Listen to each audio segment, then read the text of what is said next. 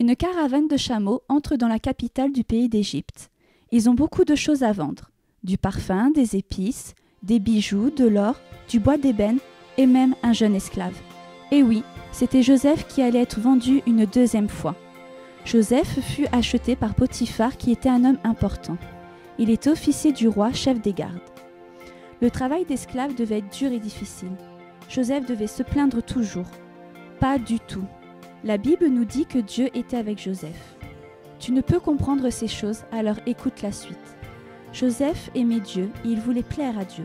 Tout ce qu'il faisait, il le faisait pour Dieu, même son travail d'esclave. Si bien que Potiphar remarqua que ce jeune esclave était différent des autres, qu'il travaillait sans se plaindre, de façon remarquable. Alors, il lui confia de plus grandes responsabilités. Joseph donnait une telle satisfaction à son maître que bientôt il devient l'homme le plus important après Potiphar. Il gérait toutes les affaires de son maître, à la maison et au champ, et la Bible dit que l'Éternel bénissait la maison de Potiphar à cause de Joseph. Joseph était un beau jeune homme, et la femme de Potiphar le remarqua aussi. Elle avait de mauvaises intentions. Elle lui fit des avances et lui demanda de l'aimer comme si elle était sa femme. Mais chaque fois, Joseph lui répondit non. Un jour, alors qu'il était dans la maison à s'occuper des affaires de son maître, elle le saisit par son manteau et lui demanda de nouveau de l'aimer.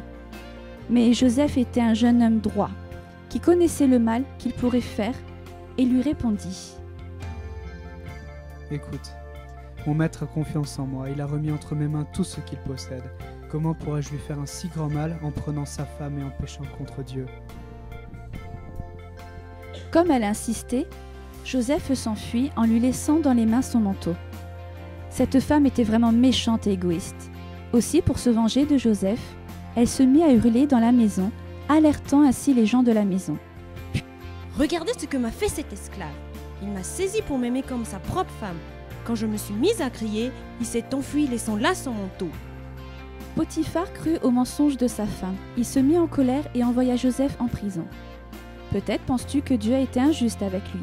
Il est innocent, il a refusé de pécher, et pourtant il se retrouve en prison. Eh bien voyons ce que la Bible nous dit. L'Éternel fut avec Joseph. Il savait que Dieu ne l'oublierait pas, et même en prison, le Seigneur serait avec lui. Et cela ne manqua pas. Rapidement, le chef de la prison le remarqua à son tour. Il lui donna du travail. Il devait surveiller tous les autres prisonniers. Cependant, Joseph était encore en prison pour un péché qu'il n'avait pas commis. Un jour, Joseph reçut la garde de 2 prisonniers. Ils travaillaient au service du roi d'Égypte, le pharaon. L'un était le chef des boulangers, et l'autre était chef des échansons. Un jour, alors qu'il les voyait tristes, il en demanda la raison. Ils lui répondirent : « Nous avons eu un songe cette nuit, et personne ne peut nous l'expliquer. » La réponse de Joseph les surprit. « N'est-ce pas à Dieu qu'appartient les explications ? Racontez-moi votre songe. » Dans mon rêve, il y avait un sceptre qui avait 3 sarments. Quand il eut poussé, la fleur se développa et ses grappes donnèrent des raisins mûrs. Je pris les raisins et je pressai dans la coupe de Pharaon, et je la lui servis. Tout de suite, Joseph comprit le rêve car Dieu le lui avait révélé. Les 3 sarments sont 3 jours. Encore 3 jours et Pharaon te fera sortir de prison et te rétablira dans tes fonctions. Souviens-toi de moi quand tu seras heureux. Parle en ma faveur à Pharaon afin qu'il me fasse sortir de prison. Le boulanger attendait avec impatience l'explication de son rêve.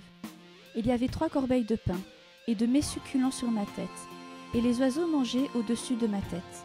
Joseph lui donna l'explication. Les 3 corbeilles représentent 3 jours. Encore 3 jours et Pharaon te fera mourir, et les oiseaux mangeront ton corps. Quelle chose affreuse! Et pourtant la Bible nous dit que c'est ce qui se passa. 3 jours après, l'échanson retourna au palais et le boulanger mourut. La Bible nous donna aussi une phrase bien triste. Le chef des échansons ne pensa plus à Joseph, il l'oublia. Joseph attendit, attendit et attendit, mais il n'eut aucun ordre de Pharaon pour le libérer. Cependant, Joseph continuait à faire son travail de bon cœur, comme s'il le faisait pour Dieu. Puis voilà qu'un jour... Oh, j'allais raconter l'histoire, mais de la prochaine fois. J'espère que vous serez là pour l'entendre. En attendant, veux-tu essayer de faire les choses de bon cœur? Rappelle-toi de ce que dit la Bible dans Colossiens 3,25. Tout ce que vous faites, faites-le de bon cœur comme pour le Seigneur, et non pas pour les hommes.